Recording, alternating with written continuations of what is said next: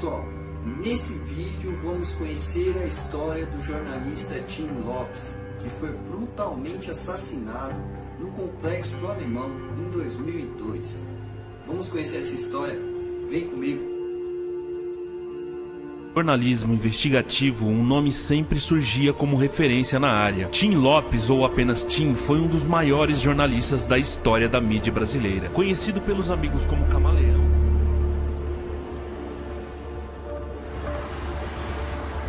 O jornalista Tim Lopes, gaúcho, radicado no Rio de Janeiro, seu nome verdadeiro, Arcanjo Antonino Lopes do Nascimento, tinha o que muitos chamavam de estereótipo carioca. Sempre sorrindo, ele se mostrava disposto a conhecer cada detalhe de todos os cantos do Rio. Aliás, deve ser por causa de sua personalidade amistosa e carismática que ele se sentia confortável para sair com moradores ricos do Leblon e com aqueles que viviam em regiões mais pobres. Afinal, cresceu na favela da Mangueira e nunca abandonou a comunidade de suas veias. Apaixonado por samba, anos depois, já como jornalista, Lopes escreveu uma matéria sobre a escola de samba de sua comunidade, a Estação Primeira de Mangueira. Segundo um de seus fundadores, Carlos Cachaça, aquela era, abre aspas, o melhor material que ele já havia visto, fecha aspas, sobre a escola. Realmente, ele era genial. Formado pela Faculdade Hélio Alonso, a Faixa, Arcanjo Antonino Lopes do Nascimento começou a trabalhar na revista Domingo Ilustrada do jornalista Samuel Weiner. Quando ele começou a fazer suas primeiras reportagens na rua, também surgiu a alcunha que o acompanharia e o marcaria para o resto de sua vida: Tim Lopes. O apelido teria sido dado pelo próprio Weiner, devido à semelhança do novato jornalista com o cantor Tim Maia. Tim sempre foi conhecido por seu olhar humano e por lutar pelas causas sociais. Sua primeira matéria para o jornal alternativo, O Repórter, retratava bem isso. A reportagem mostrava as precárias condições de trabalho dos operários da construção do metrô do Rio. Ele sentiu isso na pele. Para produzi-la, trabalhou por um período na construção. Lopes também era apaixonado por futebol, mais precisamente pelo Clube de Regatas Vasco da Gama. Essa paixão pelo esporte o levou até a revista Placar, emprego no qual foi contemplado com o Prêmio Abril de Jornalismo nos anos de 1985, com a matéria Tricolor de Coração, e em 1986 com Amizade Sem Limite. Em sua carreira, também trabalhou na sucursal do Rio de Janeiro da Folha de São Paulo, no Jornal do Brasil, o Globo e o Dia. Neste último, inclusive, se destacou pela série de reportagens intitulada Funk, Som, Alegria e Terror, no qual mostrava como os cidadãos das favelas do Rio eram submetidos ao terror sob as leis dos traficantes. Ele achava que o governo carioca cedeu o controle de bairros pobres a traficantes violentos. Em 1995, foi trabalhar no Fantástico, da Rede Globo, tornando-se produtor do programa no ano seguinte. 6 anos depois, em 2001, Tim e sua equipe recebeu o Prêmio ESSO, um dos maiores do jornalismo brasileiro, por uma série de investigações que foi intitulada de Feirão das Drogas.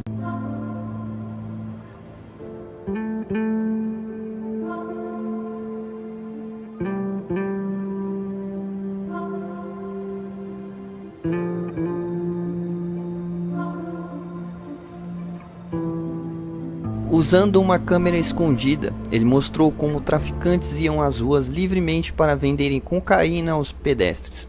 Além dos mais, ele também registrou traficantes desfilando em suas motos enquanto estavam armados com algumas AK-47. O registro foi feito dentro da Grota, uma área conhecida do Complexo do Alemão, na zona norte do Rio de Janeiro. A matéria foi ao ar no Jornal Nacional no dia 3 de agosto de 2001. A alarmante reportagem recebeu muita atenção e pressionou a administração política do Rio para agir contra tais atos criminosos. A partir daí, as ações policiais começaram. Primeiro, com a repreensão de traficantes na favela da Grota e em outras comunidades, que foram impedidos de venderem drogas nas ruas, e depois com a apreensão de alguns deles.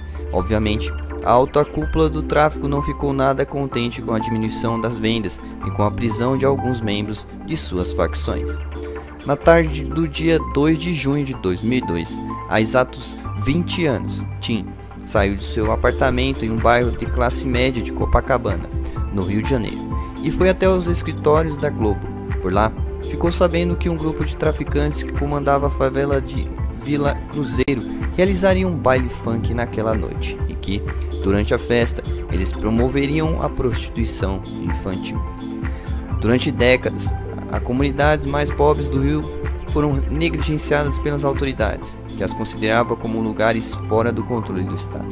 Com essa lacuna, o tráfico e a venda de drogas se espalhou pelos locais. Além dos entorpecentes, os bailes funks também eram regados com a exploração de meninas menores de idade, que eram obrigadas a fazerem sexo em público. Tim foi informado que as meninas que não participassem dos bailes seriam alvo de represálias depois. Abre aspas. Tim Lopes foi chamado porque não havia ninguém para ouvir seus problemas. A comunidade contou muitas vezes à polícia e nada foi feito. Fecha aspas. Relatou Nassif Elias Sobrinho, presidente do Sindicato de Jornalistas do Rio. Com uma câmera escondida em um pacote em sua cintura e sem celular, carteira e a camisa social que ele havia deixado na Rede Globo, Lopes foi fazer imagens ao longo da Rua 8, na Vila Cruzeiro. Ele tinha o objetivo de gravar imagens de traficantes com drogas e armas, assim como havia feito em 2001 na favela da Grota. Posteriormente, foi descoberto que Tim havia filmado a Vila Cruzeiro em 3 ocasiões antes daquela noite. Teve a Copa do Mundo de Futebol e a conquista do Penta. Tim era considerado um dos repórteres mais corajosos do país. Negro e morador da comunidade, ele fazia o chamado jornalismo investigativo ou jornalismo suicida. O repórter trabalhava disfarçado para construir matérias em lugares extremamente perigosos, onde nem a própria polícia conseguia adentrar. O jornalista estava na calçada de um bar onde havia comprado uma cerveja quando foi abordado por André da Cruz Barbosa, o André Capeta, e Maurício Lima Matias, o Boizinho. Os traficantes foram alertados por um menino que havia visto uma pequena luz vinda da cintura do jornalista. Ao ser confrontado, Tim Lopes revelou ser jornalista, mas como estava sem credencial, acabou sendo espancado. Os traficantes que o abordaram entraram em contato com o chefe do narcotráfico do local, Elias Pereira da Silva, Elias Maluco. Eles receberam ordens para levá-lo até o topo da favela da Grota. O jornalista ainda foi alvejado por tiros em seus pés ou pernas antes de ser jogado no porta-malas de um carro. Atravessando cerca de 5 quilômetros de favela adentro, Tim foi na sede do tráfico, onde Elias Maluco o estava esperando. Lá, ele foi reconhecido por Cláudio Orlando do Nascimento, Ratinho, que foi preso devido à reportagem produzida por Tim há pouco mais de um ano. O jornalista foi levado para a Pedra do Sapo, onde foi amarrado em uma árvore. Convencido de que o jornalista era o mesmo Tim Lopes, que fez um relato que interferiu nos lucros do tráfico, Ratinho insistiu que a única maneira de Tim reparar o prejuízo da facção seria pagando com a própria vida. Lopes tentou implorar, mas seu destino já estava traçado. O ritual de assassinato do jornalista havia começado. Ele teve seus olhos queimados com um cigarro e depois Elias Maluco cortou suas mãos, braços e pernas com uma espada de samurai enquanto Tim ainda estava vivo. Os restos da carnificina foram colocados em vários pneus, conforme registrou o Estadão em 2002. O fogo incinerou tudo o que sobrou do jornalista. O macabro processo era chamado de micro-ondas. O detetive Daniel Gomes logo começou a juntar as peças do quebra-cabeça sobre o desaparecimento de Tim. Ele foi informado por lojistas da Vila Cruzeiro que ele havia chegado ao complexo na parte da tarde que, por volta das 8, foi abordado por traficantes.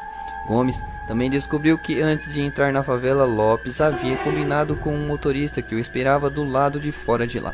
Inicialmente, o jornalista havia pré-determinado um horário para eles se encontrarem, que não aconteceu. O motorista esperou até meia-noite e então ligou para a Rede Globo para informar o acontecido. A emissora, por sua vez, esperou o prazo de 11 horas até contratar a polícia. Quando o detetive esteve na Vila Cruzeiro, ele ouviu os relatos chocantes de moradores sobre um homem que havia sido sequestrado e espancado por alguns traficantes. Eles também disseram que a pessoa foi levada até o topo do morro e que ele teria sido incinerado no micro-ondas. Gomes chegou até a área e encontrou vestígios recentes de pneus queimados, sangue fresco e restos humanos.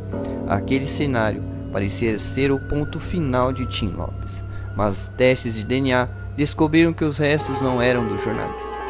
Após alguns dias de investigação, 2 traficantes suspeitos foram presos. Ambos faziam parte da gangue de Elias Maluco e relataram todo o curso do assassinato de Tim, afirmando que Elias era o principal responsável pelo crime. O detetive passou a procurar a grota e a Pedra do Sapo em busca dos restos de Lopes. Após uma denúncia anônima, no dia 11 de junho, ele descobriu o túmulo secreto perto de um campo de futebol. O relatório final de Daniel Gomes, que teve mais de 658 páginas, revelou que Tim não havia filmado o baile funk na Vila Cruzeiro, mas sim que ele havia gravado criminosos traficando drogas e carregando armas. O chefe de Tim, na Globo, disse que o jornalista estava investigando uma matéria sobre a exploração de menores nos bailes funk, e que ele teria tentado obter as imagens se ele não tivesse sido abordado mais cedo. Em resposta ao relatório, o Jornal Nacional soltou uma resposta criticando o parecer de Gomes. O programa ainda afirmou que as imagens feitas por Tim foram destruídas no micro-ondas e que o jornalista foi produzir a matéria devido aos pedidos de ajuda que recebeu de moradores da comunidade. Os restos mortais de Tim Lopes foram enterrados no dia 7 de julho no cemitério Jardim da Saudade, no subúrbio carioca de Sulacap.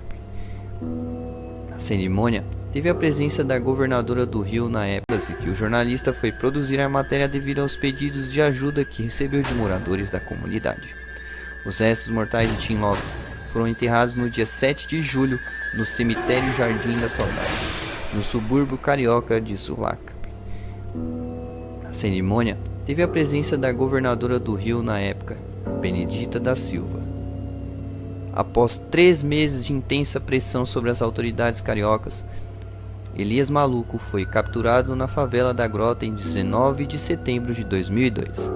3 anos depois, em 15 de maio de 2005, ele foi condenado a 28 anos e meio de prisão. E, em 2020, foi morto em uma cela do Presídio Federal de Catanduva. Claudino dos Santos Coelho, o Xuxa, e Cláudio Orlando do Nascimento, Ratinho, foram condenados a 23 anos e 6 meses de prisão. Xuxa foi morto em uma troca de tiros com a BOP em 2013 e Ratinho está em liberdade desde 17 de dezembro de 2020.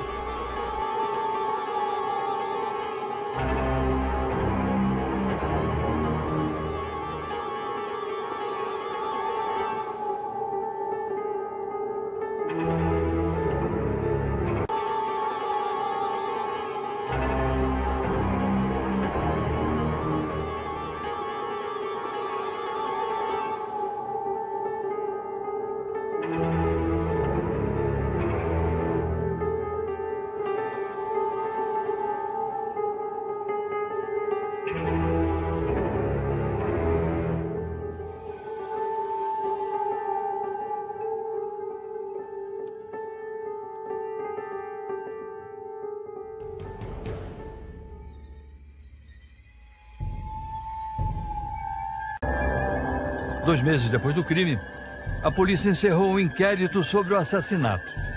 9 bandidos ligados ao narcotráfico foram indiciados pelo crime e acusados de homicídio qualificado, formação de quadrilha e ocultação de cadáver.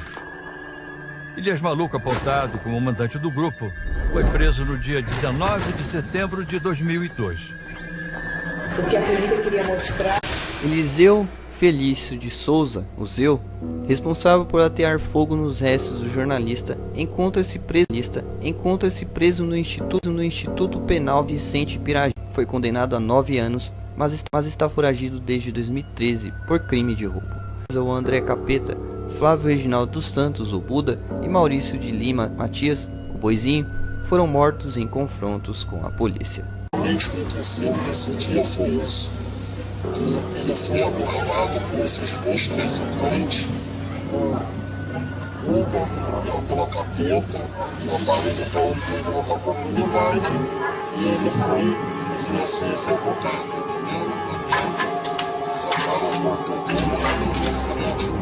O senhor estava próximo do jornalista quando ele foi abordado por esses 2 traficantes?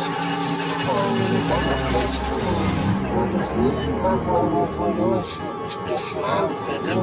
Levando ele, levando assim, botando a pessoa dentro do carro, mas eu nunca imaginava que era ele, entendeu? Assim, que era ele mesmo, eu não cheguei a ver, presenciar mesmo. Você disse